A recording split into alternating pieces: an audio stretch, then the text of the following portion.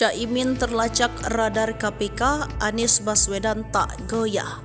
Jelang Pilpres 2024, Caimin yang telah dideklarasi menjadi pasangan Anies Baswedan justru masuk dalam radar KPK. Seperti diketahui, Caimin menjadi Menteri Tenaga Kerja dan Transmigrasi pada 2009 hingga 2014, era Presiden Susilo Bambang Yudhoyono. KPK mengendus adanya praktik korupsi yang diduga dilakukan Caimin pada 2012 jelang masa pensiun. Anies Baswedan merespon santai terkait kabar ini. Ia tetap yakin proses pencalonannya bersama Caimin akan berjalan lancar.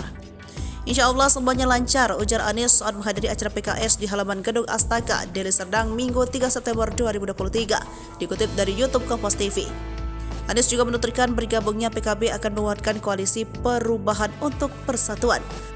Mantan Gubernur DKI Jakarta itu menyampaikan tetap ikhtiar di barisan koalisi demi membawa kesejahteraan bagi masyarakat.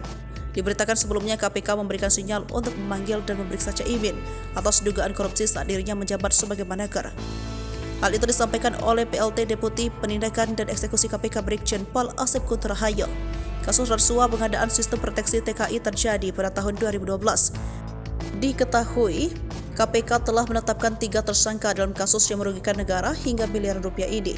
3 tersangka yaitu Sekretaris Badan Perencanaan dan Pengembangan, Kemenaker, Inyoman Darmanta, Direktur PT Adi Inti Mandiri Kurnia, dan Reina Usman.